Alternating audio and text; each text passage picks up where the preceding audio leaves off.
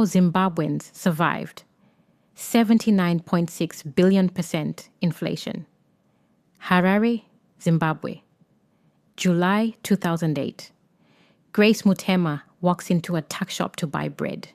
The price on the board reads 10 million Zimbabwean dollars. While she waits in the queue, the shopkeeper wipes it away and writes 15 million. The price rises 50% in minutes. By November 2008, Zimbabwe's monthly inflation reaches 79.6 billion%. A salary from Monday morning is useless by Wednesday afternoon. Prices double every day. Even a $100 trillion note buys only 3 eggs. Yet most Zimbabweans survived, not by waiting for help, but by adopting a philosophy called kukiya-kiya. Make a plan, hustle intelligently, and refuse to stand still. The currency collapse was gradual but relentless. In 2000, $1 equaled 55 Zimbabwean dollars. In 2003, 900. In 2006, 100,000. By 2008, 10 trillion. The government imposed price controls and punished shopkeepers for overcharging. Formal shops emptied, nothing on shelves and nothing affordable. Salaries became so unstable that people were paid twice a day. Workers ran to traders and shops before their wages lost all value. Banks limited withdrawals to $500 million a day. Barely enough for half a loaf of bread. People queued for hours to withdraw money that was already worthless. But in the townships, life continued.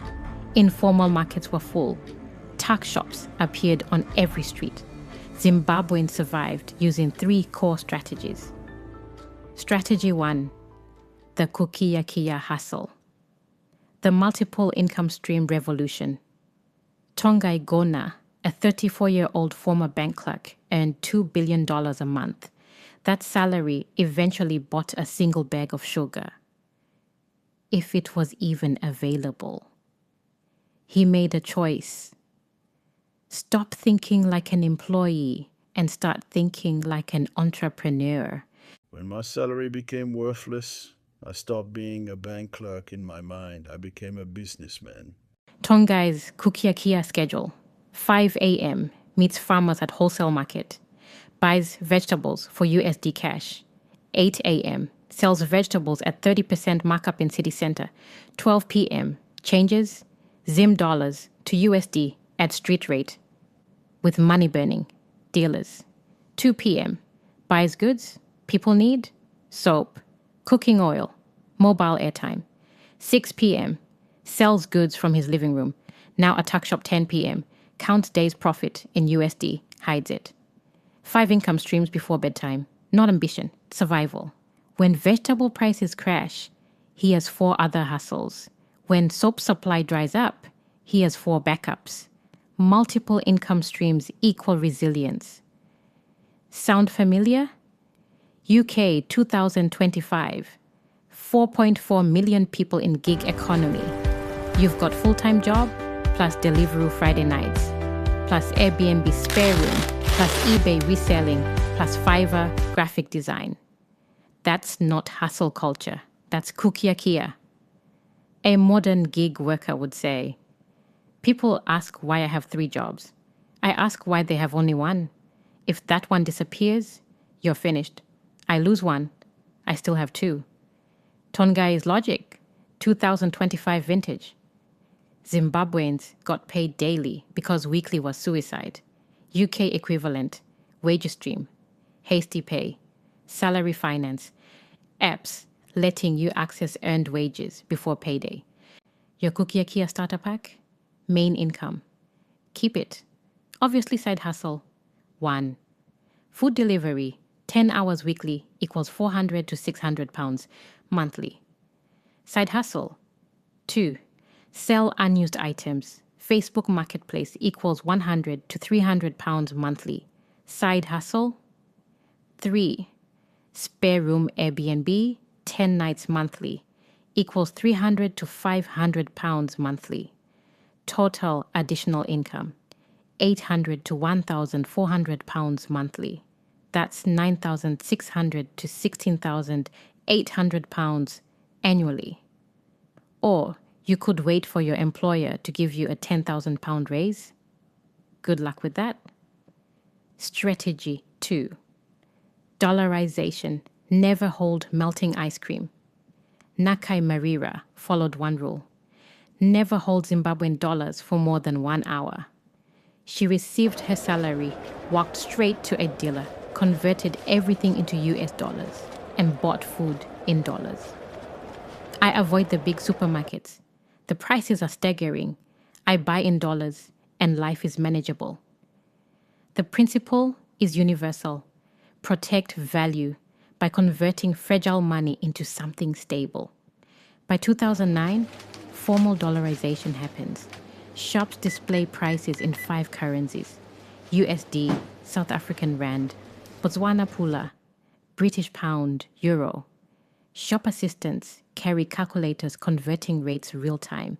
Zimbabwe becomes the world's first truly multi-currency economy.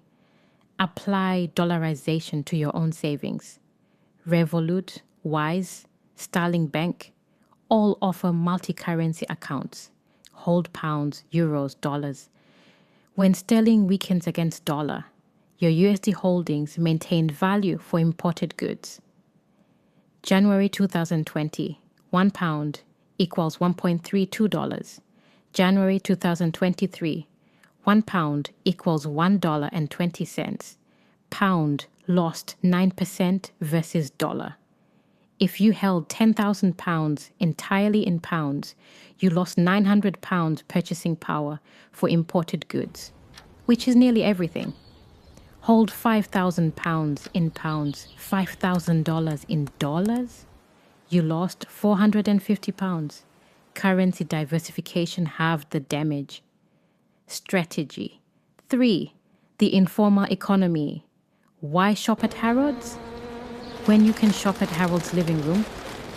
When the formal system fails, the street system wins. Retail shops charge $100 million for cooking oil. A tuck shop nearby charged $60 million. Same item, 40% cheaper. No rent, no overhead, just shelves in a living room. Informal markets became the real economy. Flexible, fast, cheap, and essential. By 2009, Zimbabwe's informal economy reaches 60% of GDP. By 2025, still 60 to 80%. This isn't crisis response, it's permanent economic reality. When formal economy fails, informal economy thrives. Always has, always will. UK 2025. You already live in informal economy, you just don't call it that. Car boot sales, 22,000 annually. Facebook Marketplace, 20 million UK users. Gumtree, eBay, Depop, Vinted, Spock. That's informal retail. Children's bicycle, Argos, £120 new. Facebook Marketplace, £30 used, saves £90. Winter coat, next £80 new. Charity shop, £12 used, saves £68. Sofa, DFS £800 new. Free cycle or Gumtree free if you collect, saves £800. Shop informal economy, save 60 to 90% on everything. Or flip the equation. Average UK household has £2,000 to £3,000 worth of unused items. Least 30% on Facebook Marketplace, make £600 to £900. That's kukiya-kiya, monetize everything. Your clutter is someone else's treasure, and treasure converts to actual money. Or go deeper into informal economy. Cambridge Food Co-op. Members buy wholesale direct from suppliers, split delivery costs, save 30 to 40% versus supermarkets. 20 families pulling £50 weekly equals £1,000 bulk purchasing power. That's syndicate power Strategy 4. Syndicate networks. One person can survive, 10 people thrive. Zimbabwe developed sophisticated collective action. The syndicate system. Groups pool money for bulk buying trips to South Africa where prices are sane. 10 families contribute $50 USD each. One person with a car drives 4 hours to South African border, buys bulk goods, flour, sugar, oil, soap, at SA prices, 30 to 50% cheaper than Harare. Returns, splits goods proportionally. Everyone saves. UK version. 5 families, split one Costco membership. Each contributes £50 weekly to bulk shop. One person goes Saturday morning, buys for everyone, splits goods. Membership £33, 60 pence. Divided by 5 equals £6, 72 pence each. Petrol shared, bulk savings shared, time saved. Petrol is arguably cheaper at Costco anyway. That's a syndicate. Ancient Zimbabwean wisdom meeting modern British efficiency. Or apply syndicate thinking to tools. 5 neighbors buy quality lawnmower together. £200 divided by 5 equals £40 each. Share it. Or join Tool Library. Bristol Tool Library. £25 annual membership gives access to £5,000 worth of equipment. That's syndicate power without organizing it yourself. Here's why Zimbabwe is the most important episode. They're still doing this.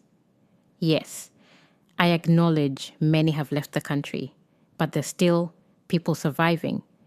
Inflation returned 2019, 786%, then 2020, 557%, then 2024, 176%, 3 more cycles. They didn't panic. They'd been practicing for 20 years. Kukiya-kiya isn't crisis response, it's lifestyle. You're thinking, but Britain's not Zimbabwe. We're stable? True. But consider, 4.4 million UK workers are gig economy. Facebook marketplace thrives. Car boot sales packed. Informal economy grows daily. You're already halfway into kukiya-kiya. You just haven't embraced it fully yet. So now that you know all this, what's next? A practical tool designed to turn this episode into real results. It guides you through auditing your time, skills, and resources. Choosing 2 to 3 side hustles you can start with 0 investment. Tracking income weekly. Building multiple income streams over 90 days. Setting goals and creating a personal plan. It helps you move from interesting idea to actual extra income. No theory, just steps you can take today. This is your modern kukiya-kiya, a plan, not a hope. Zimbabweans survived the worst inflation in modern history. They had collapsing currency and empty shelves. You have stable systems, working markets, and opportunity. They survived apocalypse. You can thrive in challenge. Make your plan. Start your hustle. Change your life. Next episode, Ancient Rome, 200 to 300 CE, 1000% inflation over a century. Yet Romans survived using 3 principles that work in 2025.